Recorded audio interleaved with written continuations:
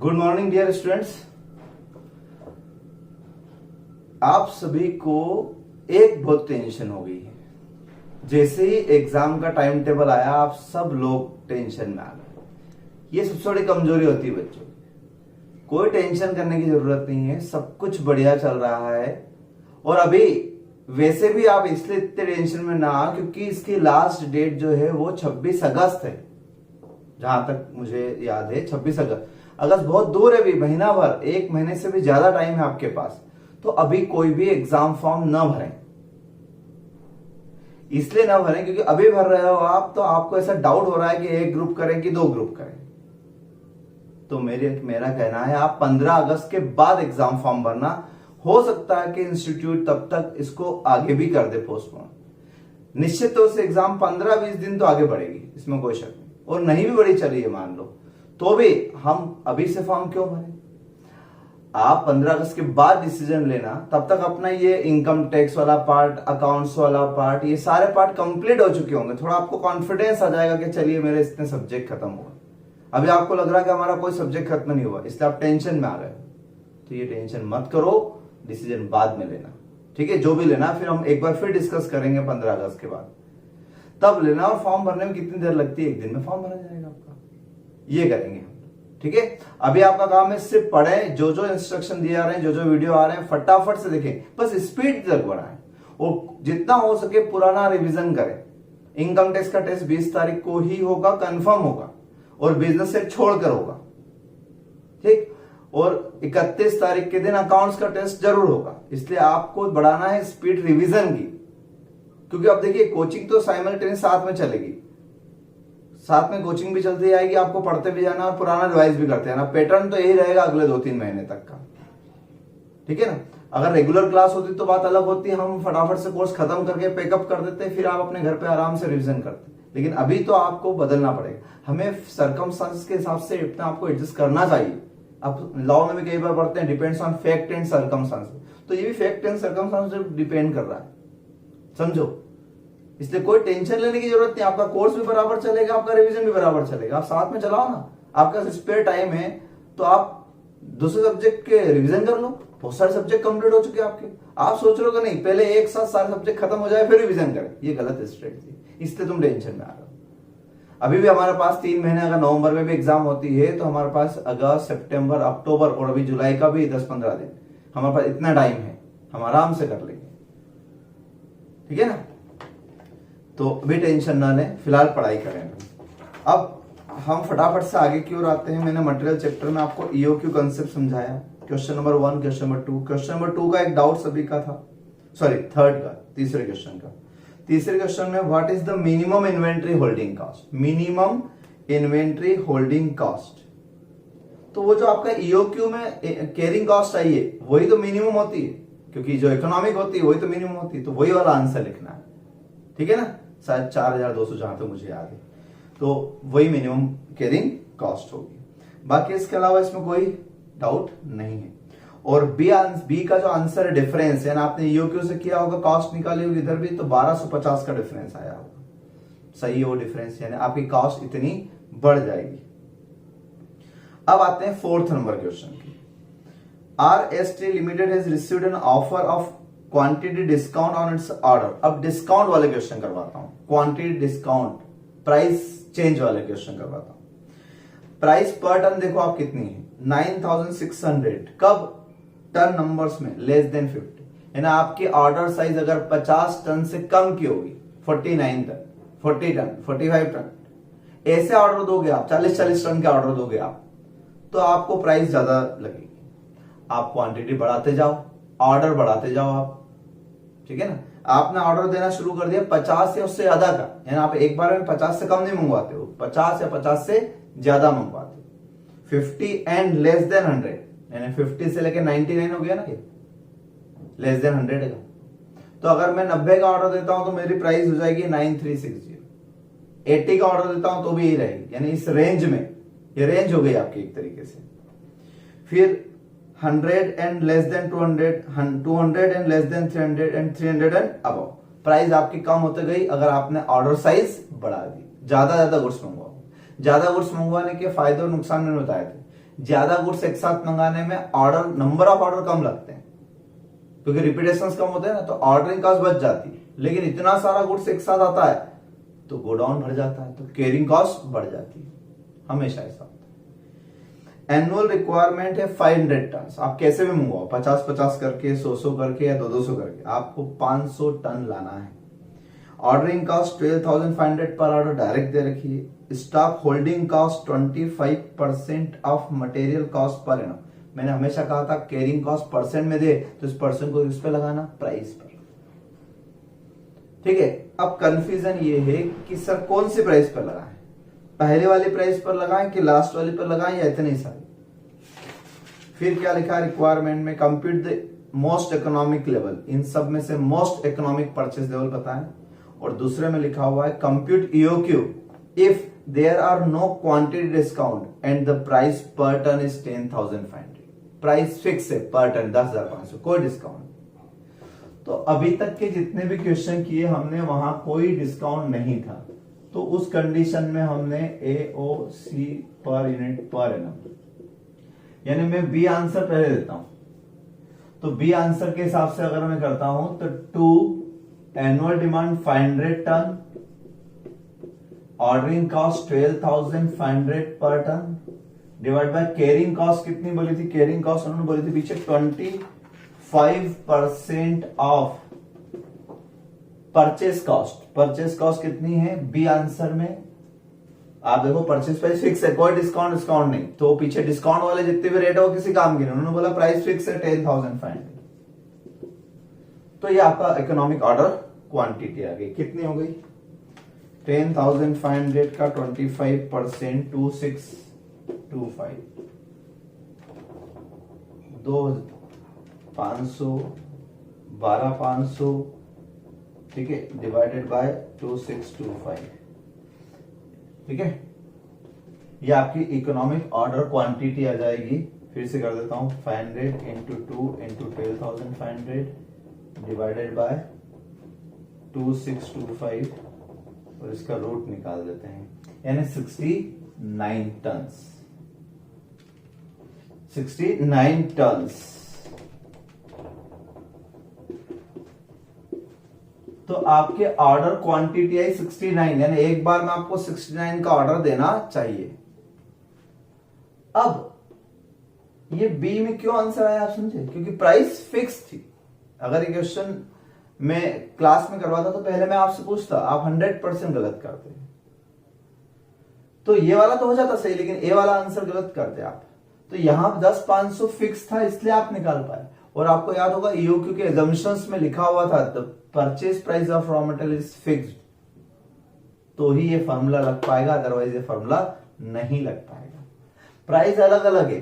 अब प्राइस अलग अलग है तो क्या कंफ्यूजन, मान लो ए आंसर निकालने बैठता हूं तो ए आंसर में 2 लिख दूंगा, एनुअल डिमांड भी वही रहेगी, ये भी सेम रहेगा। ये परसेंट में दिया है, अमाउंट में दिया होता 2,625 तो डायरेक्ट लिख देता, लेकिन परसेंट में दिया है। अब परसेंट में दिया है तो फिर परसेंटेज में प्राइस तो अलग अलग है। कौन से लू, 9,600 लू क्या, 9,360 लू क्या, कौन से लूंगा, सोचो। वीडियो रोक के 2 मिनट सोच के और फिर देखना कितना सही निकलता है कि नहीं तुम्हारा अंदाजा। तो क्या रहेगा बताओ आप बोलोगे सर एक काम करते हैं 8640 ले लेते हैं, 8640। आप में से कुछ बच्चों ने ये किया होगा 8640, इसका 25% कैरिंग कॉस्ट। क्यों, मैं अगर रीजन पूछूंगा तो आप बोलोगे सर हमें 500 टन मंगाना है ना, तो 500 टन मीन्स 300 एंड अबव। हमें कितना मंगाना, 500 टन, तो 300 एंड अबव में आ रहा है ना सर, इसलिए। नहीं, गलत। क्या 500 टन पूरा इकट्ठा मंगवा रहे हो, ये 300 टन एनुअल डिमांड थोड़ी ना है, ये 300 टन क्या है, ये ऑर्डर साइज है कि अगर आप इतने इतने के ऑर्डर दोगे, 300 या उससे ज्यादा के ऑर्डर दोगे तो आपका ये प्राइस रहेगी। क्या हम 500 का ऑर्डर इकट्ठा दे रहे हैं, 300 से ऊपर का एक ही ऑर्डर दे रहे हैं? नहीं। आपको पता है कौन सा ऑर्डर दे रहे हैं? पता ही नहीं। हो सकता है मैं एक बार में 50-50 का ऑर्डर दे रहा हूं, तो फिर प्राइस कौन सी लगेगी, 9 से लगेगी। हो सकता है मैं एक बार में 100 क्वांटिटी का ऑर्डर दे रहा हूं, हो सकता है मैं 200 क्वांटिटी का ऑर्डर दे रहा हूं, तो पता ही नहीं ना आपको। तो ये प्रॉब्लम है इन क्वेश्चन में। तो ईओक्यू के एजम्पशंस में था ये कि आपकी प्राइस फिक्स होना चाहिए, तभी आप ईयूपी को फॉर्मूला लगा पाओगे, अदरवाइज नहीं लगा पाओगे। तो बी आंसर तो आप लिख लेना, बी आंसर तो अपना सही था। अब ए आंसर कैसे निकालना है ये समझना आप जरा। ए आंसर का तरीका थोड़ा अलग रहेगा। आंसर अलग अलग ये रहेगा। ऑर्डर साइज क्या लिखते हैं हम? Order size. ऑर्डर साइज क्या? ऑर्डर साइज लिखा है लेस देन 50, 50 से कम होगा। तो चलो मान लेता हूं मैं मेरे ऑर्डर साइज 50 से कम 40 है। आप एजम्पशन ऐसे मत लेना सर लिखा लेस देन 50 तो 49 ले लो, नहीं ऑड फिगर नहीं, 45 या 40 लेना है ना। दिन क्वेश्चन में नहीं बताया वहां मन से लेना। और अगला क्वेश्चन आप पढ़ोगे 5th तो उसमें तो बता ही दिया है। तो एक ये ले लेते हैं पहला वाला लेस देन वाला। आखिरी वाला मैं ले दूंगा अबाउ 300 लिखा, क्या लिखा? अबाउ 300, तो 300 से ऊपर तो 350 ले लूंगा। अब बीच के सर कैसे लेना है? तो जहां पर जाके आपकी प्राइस चेंज हो रही है ना, कहां हो रही चेंज? एग्जैक्ट 50 पर हो रही क्या? एग्जैक्ट 50। यानी अगर मैं 49 क्वांटिटी लेता हूं तो मेरी प्राइस, परचेज प्राइस जो है रॉ मटेरियल की वो 9600 रहती है। और अगर मैं 49 की 50 लेता हूं तो मेरी प्राइस कम हो जाती है। तो हर व्यक्ति जब ऑर्डर देते समय क्या सोचेगा कि यार बिल्कुल किनारे पे लास्ट जो मिनिमम लेवल है वहां पर ऑर्डर दे दो, तो 50 पर ऑर्डर देगा। 50 पर ऑर्डर देगा तो उसको प्राइस कम मिलेगी 9360। तो कट ऑफ लेवल जो भी होगा जहां से प्राइस चेंज वो लेना है आपको। फिर अगला कट ऑफ लेवल क्या है? 100 अगर ले, अब 50 से 99 तक ये रहेगी। 100 पर कितनी रहेगी? 9120। 200 पर 200 एंड लेस देन 300, तो 200 अगर किया आपने तो लगेगी 8880। और 300 एंड अबाउट, तो 300 पर कितनी रहेगी? 300 पर रहेगी आपकी 8640, है ना। और एक हम थोड़ा सा आगे ले लेना चाहिए हमेशा, 350। इसमें भी क्या रहेगी? तो 300 और उसके ऊपर हमेशा ये रहेगी, तो इन पे ये रहेगी। तो एक लेस देन वाला लो, एक अबव लो, और बीच में आप कहां लोगे? वो cut off level when price change. ठीक है, इस तरीके से। क्लियर है बात? अब और कोई परमुटेशन कॉम्बिनेशन मत बनाना कि सर हम तो 55 105 और ऐसे ले लें, नहीं, गलत। क्योंकि आप अब यूं तो फिर बहुत सारे हो जाएंगे, 105 क्या 106 107 108 ऐसे बहुत, लेकिन वो पहले 1 यूनिट का अंतर जहां हो रहा है बस वहां से लो ना आप। तो आपको तो डिस्काउंट का फायदा लेना है, ये बेनिफिट लेना है, तो बेनिफिट में बहुत ज्यादा डिस्काउंट। ऐसा तो है नहीं कि आप 55 मंगाओगे तो और डिस्काउंट मिलेगा, नहीं ना। तो एक रेंज है, तो रेंज में स्टार्टिंग में बस 50 का ऑर्डर दूंगा और मेरा डिस्काउंट का काम हो जाएगा। मैं क्यों ज्यादा खरीदूं? तो मैं तो उस कट ऑफ लेवल पे खरीदूंगा, इसलिए हमेशा मिनिमम लेवल पे। अब जब कोई फॉर्मूला अप्लाई नहीं कर पाते हो तो अभी हमने कुछ क्वेश्चन में कंपेरेटिव चार्ट बनाया था, आपने देखा ना। एक तरफ ईओक्यू के हिसाब से हम 3 चीज निकालते थे, ordering cost, carrying cost, purchase cost. और एक तरफ हम परचेस दूसरी पॉलिसी जो थी उसमें भी 3 कॉस्ट पे कंपेयर किया था। 2 क्वेश्चन होगा इस तरह के। वही चीज यहाँ पे भी, वही लॉजिक यहाँ पर भी, बस ये कि वो मैंने हॉरिजॉन्टल लिखा था एक इधर एक इधर, अब मैं यहाँ वर्टिकल लिख रहा हूँ क्योंकि बहुत सारा ऑप्शन है मेरे पास।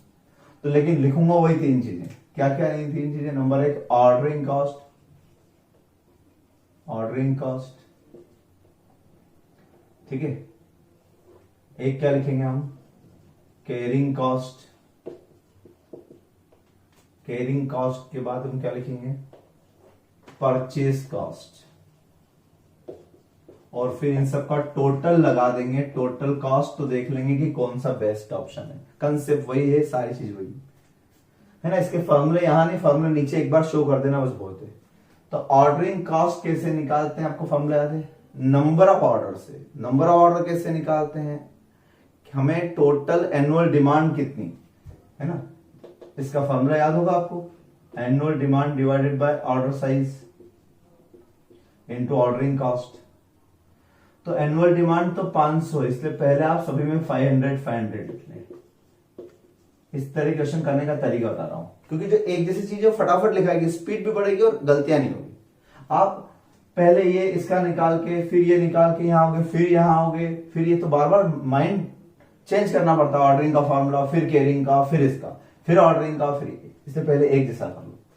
Divide divide divide divide divide divide कैसे निकलती थी? Annual demand divided by order size. मैं अगर 40-40 के ऑर्डर देता हूं, मैं अगर 50-50 के ऑर्डर देता हूं, 100-100 के ऑर्डर देता हूं, 200-200 के ऑर्डर देता हूं, 300-300 के ऑर्डर देता हूं और 350 के ऑर्डर देता हूं, तो यहां 10 ऑर्डर हो गए, यहां 12.5 पॉइंट में रहने देंगे, यहां 5 ऑर्डर हो गए, यहां 2.5 ऑर्डर हो गए ऐसे, तो ये नंबर ऑफ ऑर्डर आ गए। और एक ऑर्डर पे कॉस्ट कितनी लगती है? 12,500। तो आपकी टोटल कॉस्ट कितनी आ जाएगी? तो ये 12,500 से इंटू करके हर जगह हम निकाल लेंगे, ठीक है। 12,500 12,500 ये ऑर्डरिंग कॉस्ट हो जाएगी आपकी। तो जो एक ही चीज है वैसे लिख दो। अब कैरिंग कॉस्ट की बात करते हैं। कैरिंग कॉस्ट का फॉर्मूला याद है आपको? कैरिंग कॉस्ट में क्या था हमारा? कैरिंग कॉस्ट का फॉर्मूला था हमारा ऑर्डर साइज, जो भी ऑर्डर है आपका उसका आधा स्टॉक में रहता है। कितना रहता है? स्टॉक में आधा। और इनटू क्या करते थे? Into carrying cost per unit per annum. Formula पूरा लिख लेना सिस्टमेटिक। तो कैरिंग कॉस्ट में ऑर्डर साइज 40 क्वांटिटी मंगवाऊंगा तो उसका आधा गोडाउन में रहेगा। 50 मंगवाऊंगा तो उसका आधा रहेगा, 100 मंगवाऊंगा तो इसका आधा, 200 होगा तो उसका, 300 होगा तो इसका आधा और 350 होगा तो इसका आधा गोडाउन में रहेगा, ठीक है। अब इतना गोडाउन में रहेगा, मतलब 20 एवरेज गोडाउन में रहेगा मेरे, तो 20 में मेरी कैरिंग कॉस्ट कितनी लगेगी? और कैरिंग कॉस्ट परसेंट वाइज दी है 25% ऑफ परचेज कॉस्ट। बस इसी के लिए हमने क्वेश्चन किया है कि 25% तो फिक्स है सभी में, परसेंट में कोई चेंज नहीं, परसेंट में कोई चेंज नहीं। लेकिन डिस्काउंट वाले क्वेश्चन में परसेंटेज आपको किस पे लगाना चाहिए? डिस्काउंटेड प्राइस पे। अगर मैं ये वाला कंसेप्ट रखता हूं तो मेरी परचेज प्राइस 9,600 रहती है, तो 9,600 का 25% कैरिंग कॉस्ट लगेगी। अगर ये वाला कंसेप्ट रखता हूं मैं तो 9,360 रहेगी, ये कंसेप्ट रखता हूं तो 9,120, ये कंसेप्ट रखेंगे तो 8,880, ये रखेंगे तो 8,640, ये रखेंगे तो भी 8,640। समझे आप? डिस्काउंट का फर्क आया ना, इसलिए वो ईओक्यू का फॉर्मूला नहीं लग पाया। परचेज कॉस्ट कितनी? तो आप बताइए कि आप 40 क्विंटल ही खरीदोगे क्या, कि 40-40 करके 500 क्विंटल खरीदोगे जो एनुअल डिमांड? क्या 50 खरीदोगे कि 50-50 करके 500 क्विंटल? तो भाई हर हाल में आपकी पॉलिसी है ये तो ऑर्डरिंग की, लेकिन आपको खरीदना तो साल भर में एनुअल डिमांड के बराबर है ना, इसलिए हमेशा आप परचेस तो पूरी 500 टन ही करोगे ना, हर केस में सब में 500 टन परचेस करोगे। बस अंतर आएगा प्राइस में।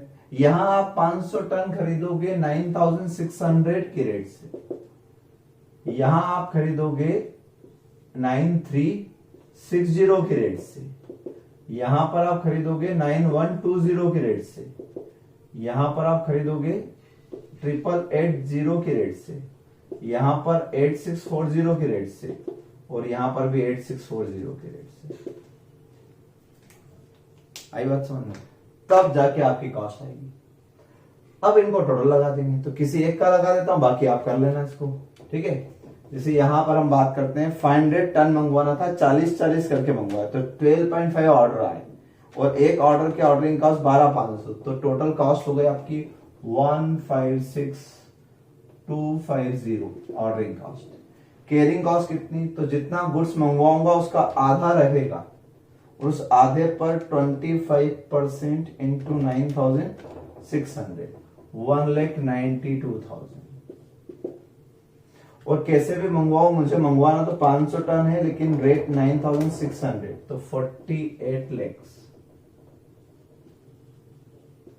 तो टोटल कॉस्ट हो गई आपकी 48 प्लस 192 प्लस 156,250, यानी 51,48,250 आपकी कॉस्ट आ गई। एक लास्ट वाले निकाल देता हूं। 500 divide by 350, 500 divide by 350 into 12,500, तो ये आया 17857 और यहां पर हो जाएगी आपकी कॉस्ट कितनी 350 डिवाइड बाय 2 इंटू 25% इंटू 8640 3,78,000 ठीक है। और यहां हो जाएगा 500 इंटू 8640 43,20,000 टोटल मिला के 378 जोड़ लेता हूं 17857 जोड़ लेता हूं, ये हो जाएंगे आपके 47,15,857। इस तरीके से आप सभी का ऑर्डर लगा लेना। अब बेस्ट किसे कहोगे इसमें से, इनमें से कौन सी policy best? Economic, order quantity मतलब ऑर्डर साइज। ईओक्यू का मतलब कहता है बेस्ट ऑर्डर साइज किया, तो अपने पास एक नहीं इतने सारे ऑर्डर ऑप्शंस थे, तो बेस्ट ऑर्डर कौन सा है? 100 का ऑर्डर देना अच्छा है कि 40 का कि 200 का? तो आपको जहां कॉस्ट सबसे मिनिमम आएगी वो बेस्ट, तो वहां पर आप बेस्ट बना दोगे, वो ब्रैकेट और नीचे आंसर लिख दोगे दैट द पॉलिसी ऑफ 100 या जो भी आएगा आपका answer 100 to 100 is the best policy, most economical level of purchase is so and so. तो जो भी आए 100 वाला आए 200 वाला आए 300 वाला जो भी आए। अच्छा एक बात और ध्यान से देखो, जैसे जैसे यहां पर क्या हुआ आपका ऑर्डर साइज छोटी थी तो नंबर ऑफ ऑर्डर ज्यादा थे, 12 ऑर्डर थे तो ऑर्डरिंग कॉस्ट ज्यादा लगी, और यहां आपका ऑर्डर कम हो गया तो ऑर्डरिंग कॉस्ट कम हो गई। लेकिन हमेशा उल्टा चलता है ना, क्या हुआ यहां ऑर्डरिंग कॉस्ट ज्यादा थी, यहां ऑर्डरिंग कॉस्ट कम है तो आप कैरिंग कॉस्ट पे ध्यान दीजिए। यहां पर गुड्स 40 से मंगाते थे तो आपको गोडाउन में कम गुड्स रखना पड़ता था, इसलिए कैरिंग कॉस्ट कम होती थी, और यहां कैरिंग कॉस्ट ज्यादा हो गई, तो हमेशा अपोजिट होगा। और वो जो फॉर्मूला बना वो तो एग्जैक्ट ट्रू यानी बराबर इक्वल वाले कंडीशन से बना था, तो वो ईओक्यू वाला फॉर्मूला नहीं लग पाया क्योंकि प्राइस फिक्स नहीं थी। जब जब डिस्काउंट वाले क्वेश्चन आएंगे आपको कंपेरेटिव ही करना पड़ेगा, 3 चीजों को ऐड करके ही क्वेश्चन करना पड़ेगा, ठीक है। आप चाहो तो इसको इस तरह से अरेंज करो जैसा मैंने किया, या फिर वो जो हॉरिजॉन्टल हमने जमाया था, लेकिन हॉरिजॉन्टल में बहुत सारे पॉइंट हो जाएंगे, तो आप जैसा करना चाहे हॉरिजॉन्टल वर्टिकल जो भी है, वैसे ये वाला तरीका ज्यादा अच्छा है। अब आपके पास होमवर्क है, homework number 5, question number 5। Question number 5 में पहला है what is economic order quantity. तो आपको लगेगा सर इकोनॉमिक ऑर्डर क्वांटिटी कैसा आ गया? एक्चुअली जब क्वेश्चन स्टार्ट होने से पहले कुछ लिखा है, इसका मतलब वो थ्योरी है, एग्जाम में इस तरीके से आया था, इसलिए मैंने जानबूझ के रखा इसको कि इकोनॉमिक ऑर्डर क्वांटिटी की थ्योरी पूछ ली उन्होंने। क्वेश्चन तो बी पार्ट में शुरू होता है, सेम क्वेश्चन है इसी के जैसा, ठीक है। और यहां पर तो आपको लास्ट टाइम में लिखा भी है कि आपको किस ऑप्शन पे करना है, 400, 500, 1000, 2000, 3000 जितना बोला फिर उतना ही करना, उससे ज्यादा मत बढ़ाना। 6th नंबर पे होमवर्क है, 6th नंबर में 599 लिखा है, 500 to 999, तो वो कंसेप्ट वही है सेम, यहां पे भी तो था कि लेस देन 500 या लेस देन 50 तो मतलब 49, लेस देन 100 मींस 99, तो वही कंसेप्ट है, तो उलझना मत कि 99 के कारण क्या होगा सर, सेम क्वेश्चन है, ठीक है। और 7th हमने कर ही लिया था, बस अभी 2 ही होमवर्क 5th एंड 6th ये करें आप, फिर आगे बढ़ते हैं। Thank you sir.